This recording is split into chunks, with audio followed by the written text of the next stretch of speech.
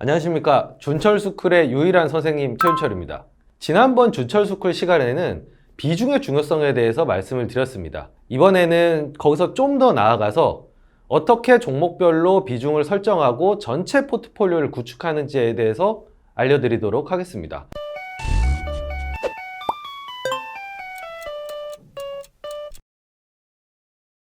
이건 어떤 정답이 있다기보다는 제가 오랫동안 투자를 하면서 노하우를 응축한 저만의 방식이라고 이해를 해주시면 좋겠습니다. 종목별 비중을 정하고자 하는 목표는 세 가지입니다. 첫 번째는 좋은 종목이 더 많이 실려서 전체 수익률을 견인하도록 만들기 위해서입니다. 둘째는 반대 경우인데요. 덜 좋은 종목이 전체 수익률의 발목을 잡지 않도록 만들기 위해서입니다. 마지막으로는 마음의 평정심을 유지하기 위해서입니다. 포트폴리오를 꺼내서 보면은 종목이 이렇게 있고 거기에 맞춘 비중들이 이렇게 있죠. 그리고 비중은 항상 현금을 포함해서 100%로 떨어져야 됩니다. 먼저 이걸 구축할 때 고려를 해야 되는 상황은 가장 높은 비중의 종목의 캡을 얼마로 둘 것이냐, 그리고 전체 종목 개수를 몇 개 정도로 갖고 갈 것이냐, 이거를 먼저 정한 다음에 그 안에서 비중을 결정을 해야 됩니다. 예를 들면 저 같은 경우에는 최고 높은 종목의 비중을 10%로 정하고요. 전체 종목 개수를 한 35개에서 40개 정도를 가져갑니다. 물론 집중 투자를 좋아하시는 분들은 제일 비중이 높은 종목이 뭐 30%도 되고 50%도 될 수 있겠지만, 그렇게 비중이 많이 실리게 되면은 한 종목이 전체 수익률을 너무 왔다 갔다 하게 만들기 때문에 마음의 평정심을 잃어버릴 수가 있습니다. 어떤 의사결정을 해야 되는데 뭐 그 종목에 너무 좋은 면만을 본다든지 이렇게 해서 판단을 그르치게 되는 경우들이 발생할 수 있습니다. 네, 그리고 저는 종목의 개수를 한 35개에서 40개 정도를 설정한다라고 말씀을 드렸는데요. 종목 수가 너무 많게 되면은 하나하나 한 종목을 알기가 어렵기 때문에 그만한 에너지와 시간이 투입이 안 될 수도 있기 때문에 분석의 질이 떨어질 수 있는 그런 우려가 있고요. 반대로 종목 개수가 너무 적게 되면은 이 캡이 너무 높았을 때와 마찬가지로 전체적인 수익률이 너무 심하게 등락하면서 또한 평정심을 그르치게 될 수가 있습니다. 그래서 저는 35개에서 40개 정도를 애널리스트의 리서치의 도움을 받아서 하기 때문에 이 정도가 관리가 되는 거고요. 개인 투자자분들 같은 경우에는 저는 한 5개에서 10개 정도. 근데 10개에 대해서는 그래도 최소한 분기 실적 정도는 체크를 해보고, 그래도 뉴스들은 주기적으로 체크해 본다, 이 정도가 가능한 정도의 개수를 설정하시는 게 좋다라고 생각합니다. 그러면 캡을 10%로 씌워놨다는 전제 하에 어떤 종목은 8%, 어떤 종목은 5%, 어떤 종목은 2%, 왜 이렇게 비중이 달라질 수 있을까요? 그건 뭐 임의로 설정을 하는 게 아니라 어떤 기준이 있어야 되겠죠. 제가 쓰는 기준은 다음과 같습니다. 먼저 가치 투자자다 보니까 저평가의 정도가 심할수록 많이 사야 됩니다. 그리고 많이들 바라시는 부분이죠. 상승 여력이 클수록 비중이 높아야 됩니다. 그리고 경영진의 질이 높아야 되는데, 경영진은 물론 분석 단계에서도 포함이 돼야 되는 부분이지만 비중과 연관지어서 말씀을 드린다면 절대로 주주들의 통수를 칠 것 같은 경영진이 경영하는 종목을 비중 상단에다 넣으면 안 됩니다. 이거는 네거티브 필터링으로 관리를 하셔야 되는 부분입니다. 그리고 이거는 개인차가 있을 수밖에 없는 문제인데요. 개별 종목에 대한 지식 수준이 높을수록 높은 비중을 실어야 됩니다. 잘 모르는 종목을 위에 실었다가는 이제 갈팡질팡하게 되는 경우가 발생을 할 수 있습니다. 그리고 총매가 많을수록 비중이 높아야 됩니다. 그러니까 가치 투자자들이 뭐 그냥 막연하게 기다린다라고 오해를 하시는 분들이 있는데, 저희도 저평가 종목에 있어서 이 저평가를 해소할 수 있는 총매들을 따져봅니다. 다만 그게 뭐 단기에 이게 뭐 발현돼야 된다, 이런 기대감보다는 좀 장기로 잡는 경향이 있고요. 당연히 이 총매는 가짓수가 많을수록 걸려들 확률이 높게 됩니다. 마치 낚싯바늘 많이 들여놔야 고기가 잡힐 확률이 높은 것처럼요.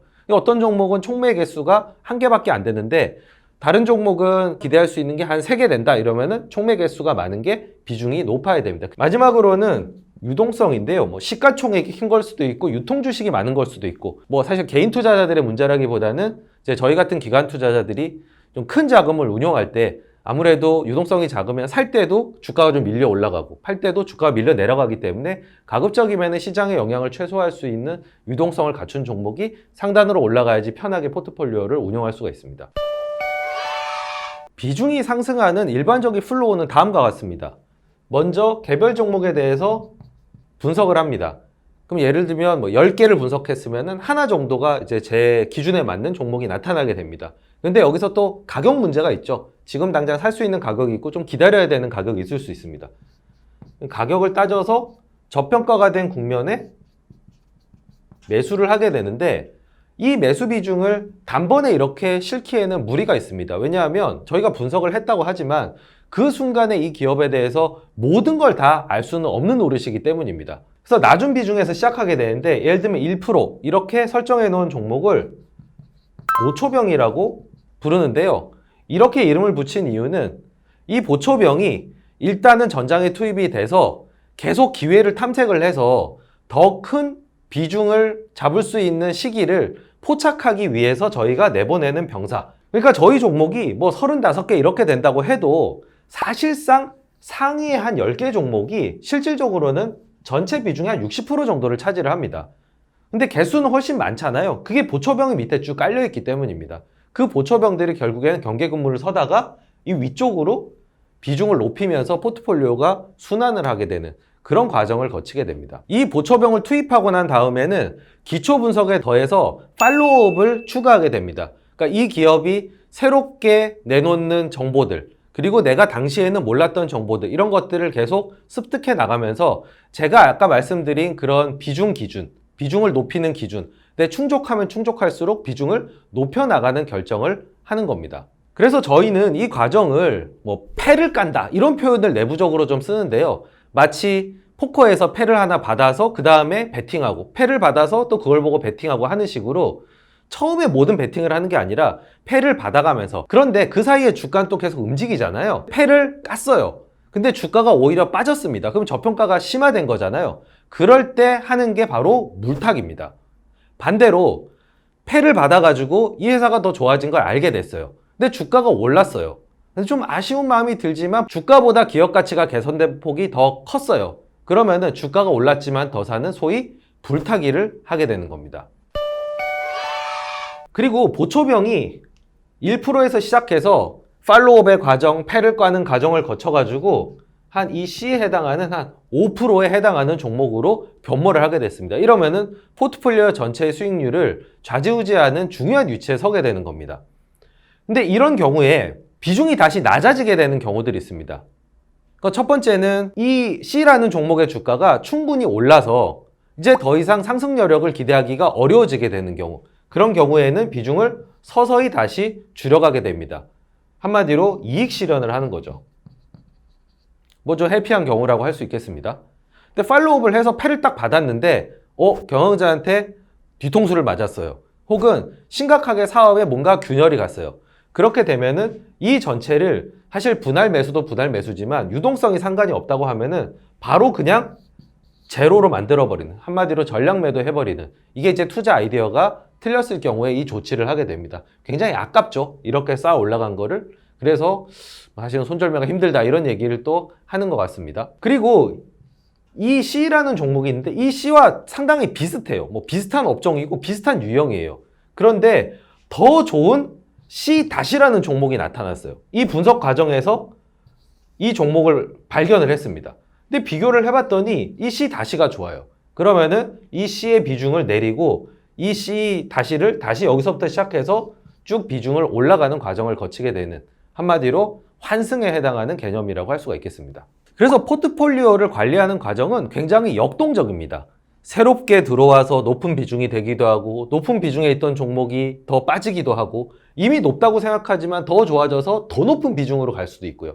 이렇게 역동성을 거치게 되는데 이런 역동성을 계속 유지하기 위해서는 투자자가 해야 되는 일은 끊임없이 종목들을 비교하는 겁니다. 한마디로 이 과정에서 계속 새로운 종목, 신규 종목을 발굴하는 노력과 함께 이 신규 종목들을 기존에 있는 종목과 비교해서 뭐가 더 나은지를, 그리고 심지어는 이 안에서도 과연 C가 예를 들면 E라는 종목보다 더 나은지, 순서가 바뀌진 않았는지, E가 사실은 좋은데 C가 더 많으면 얘는 올리고 얘는 줄여야 되겠죠. 그러니까 이런 과정들은 결국에는 끊임없는 비교를 통해서 이루어지는 거지 한 종목만 본다고 해서 이루어질 수 있는 작업이 아닙니다. 제가 팁을 하나 드리도록 하겠습니다. 제가 직접 쓰기도 하는 방식인데요. 축구의 포메이션처럼 이 포트폴리오를 생각을 하는 겁니다.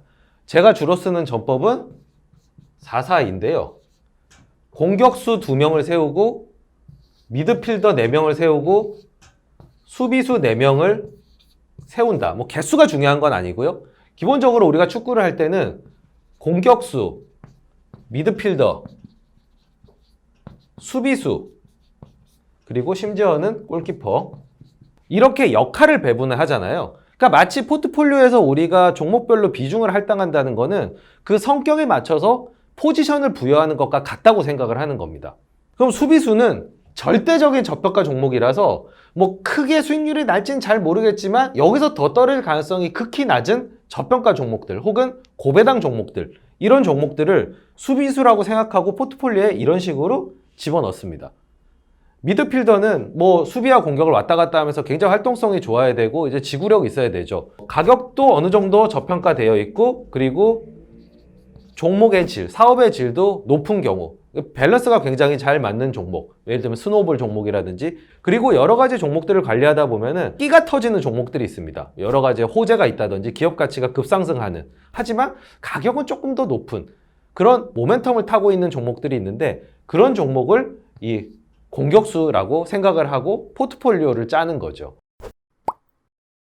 이런 사고의 그 틀을 갖고 생각을 할 때는 제가 스스로 이제 축구 감독이라고 생각을 합니다. 스카우터들, 즉 저희 애널리스트들이 제안하는 유망주들, 뭐 고교 유망주일 수도 있고요. 뭐 프로 입문한 지는 좀 됐는데 실력이 다시 올라오고 있는 선수라든지 이런 선수들을 저한테 제안을 해주면은 제가 검토를 해보고 선발을 하는 거죠. 그리고 그 선발된 인원을 이 유형에 맞게끔 제가 배치를 하는 겁니다. 그래서 이 주식 감독을 오래 하다 보면은 두 가지를 깨닫게 되는데요. 하나는 수비가 공격만큼 중요하다는 겁니다. 그러니까 포트폴리오가 전체적으로 안정성을 갖기 위해서는 끼 있는 종목만 있어서도 안 되고요. 그렇다고 해서 다 수비수만 있어도 되는 게 아니라 조화를 이루어야 됩니다. 제가 이 얘기를 드리는 이유는 아니 다 그냥 공격수로 만들어가지고 그냥 닭공을 하면 되지 않느냐 그게 제일 수익률이 많이 날 건데 라고 하지만 실제로 감독 역할을 해본 제 입장에서는 그래서는 평정심 유지하기도 힘들고 실제로 우리 국가대표 감독이 포메이션을 그렇게 짠다면 이제 저희가 축구팬으로서 한마디 하겠죠. 경기를 이기려면은 공격만큼이나 수비도 받쳐줘야 됩니다. 그리고 이런 선수들의 포지션을 잡을 때 그 당일 경기에 누가 골을 넣을지는 사실 감독 생활을 오래 하면 오래 할수록 알기가 되게 힘들다는 생각을 많이 합니다. 이름이 높고 그동안 골을 많이 넣었던 선수, 공격수가 늘 그 경기에 골을 집어넣는 게 아니라는 겁니다. 의외로 수비수가 오버래핑을 해서 골을 넣는 경우도 생기고 미드필더가 골을 여러 골, 해트트릭을 하는 경우도 생기거든요. 그래서 이거는 사전에 알 수 없기 때문에 우리가 분산을 한다. 결론적으로 이 사고의 틀에서 두 가지만 고려를 하시면 좋겠습니다. 첫 번째는 실력 있고 자세가 좋은 선수들을 일단 선발해야 된다. 그리고 그렇게 선발된 선수들 중에서 컨디션이 좋은 선수의 플레이 타임을 늘린다. 공격수 수비수 역할을 배분하는 것만큼이나 컨디션이 좋은 뭐 촉매가 발현되고 있는 기업 가치가 급상승하고 있는 종목들을 잘 선별해서 오래 뛰도록 만들어야지 그날 컨디션이 너무 좋은 선수를 전반전만 뛰게 하고 빼는 감독들 가끔 있잖아요. 그래서 축구 팬들이 막 욕하고 댓글에서 막 내가 감독해도 되겠다 저 잘라라 이렇게 얘기를 하는데 과연 우리가 혹시라도 피터 린치의 말대로 꽃을 뽑고 잡초를 새로 심는 그런 경우는 없는지 한번 자문을 해보시면 좋을 것 같습니다. 아무쪼록 오늘 말씀드린 강의 내용을 바탕으로 해서 자신만의 포트폴리오 구축법, 포메이션 구축법을 한번 연습해보고 익혀보시면 좋겠습니다. 감사합니다.